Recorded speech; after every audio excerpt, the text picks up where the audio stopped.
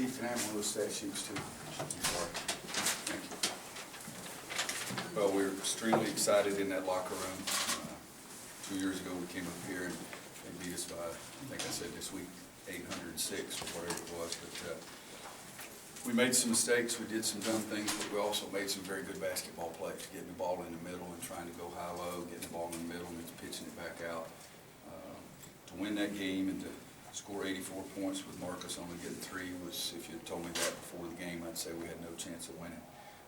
But he realized that he wasn't shooting the ball in the hole. He had 8 assists and was our best defensive player out there.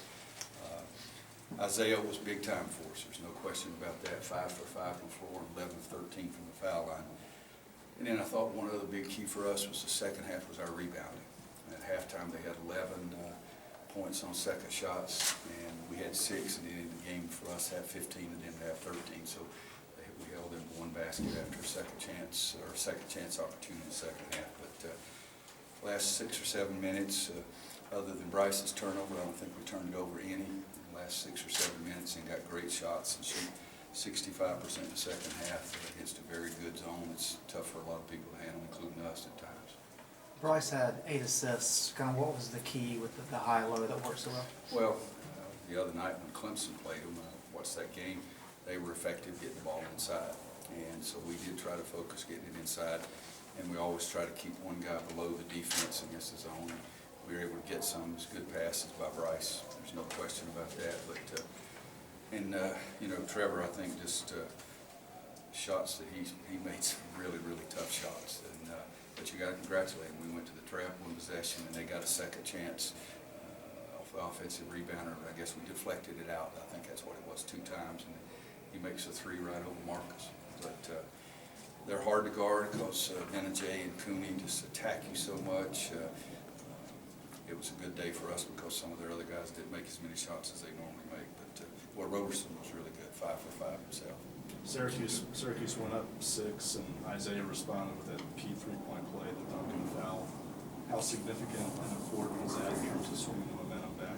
Well, I think every play is important, but what you don't want to do is you don't want to get behind 2 or 3 or 4 or 5 possessions. As long as we're within a couple of possessions, I'm comfortable. But I don't really look at the clock that much. That may have been the one they were talking about in the locker room where it was 56-50. Was that the one? Yeah, that was a good play for us. And then we got to stop on the other end and came down and scored again. Can you talk about the atmosphere of Boeheim coming back and what his return you think means to Syracuse and what you said to him before the game? Well, I was glad to see him back. There's no question. I think he gave the crowd a huge emotional lift, and his team as well. But we were lucky the ball went in for us. But no, when I saw that his first game back was going to be University of North Carolina, I wasn't the happiest guy in the world. There's no question about that. But he's a great coach, a great person. He's been great for not just for Syracuse basketball. He's been great for the entire world of college basketball for a long time. What you said to him before the game? I just said I'm glad to see him back. A couple other things to be proud of. Going back to the 56-50 mark, you guys outscored them 34, I guess 17 the rest of the way. You pulled away down in Tallahassee. You did this against K-State and Kansas City, against Maryland. This year's team seems to have the ability to kind of take it up another notch and close teams out. Well, I think our depth helps us too because we can play fresh people. You know, and I don't know how many guys they played. 6 guys over 20 minutes, and we played 9 or 10. So I think the depth over the course of the game, we always think that might help us down the stretch.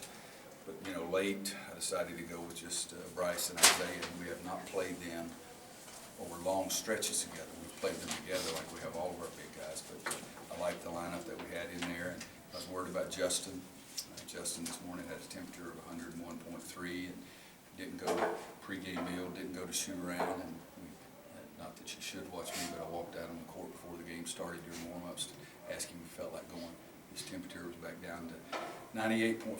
He'd been able to keep his food down, and he felt like he could do it. And he was nice for us too, but I think the depth is part of that. With Isaiah, what's been the key in terms of his evolution of being more aggressive and finishing plays at the basket?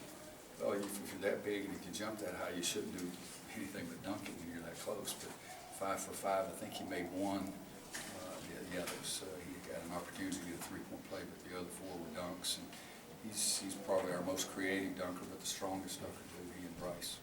You're 4-0 in the ACC for the first time. Well, what's that mean to you? Just not- That we're 4-0 this year with this year's team, you know, that's what it means.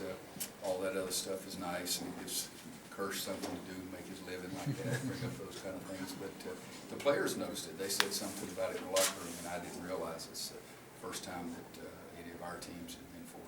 So it was good. I like it. One of the things you talked about in October was more toughness, and not just physical toughness, but mental toughness.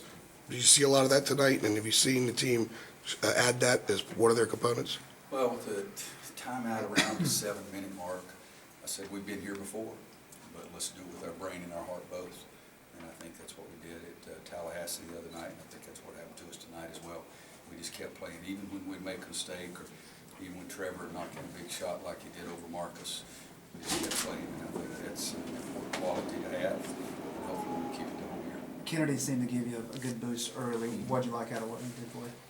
Just what you said, he was able to do some things scoring inside their lineup there at the end, made us want to go with two guys a little more quicker, a little more athletic defensively, but we were glad to have Kennedy back.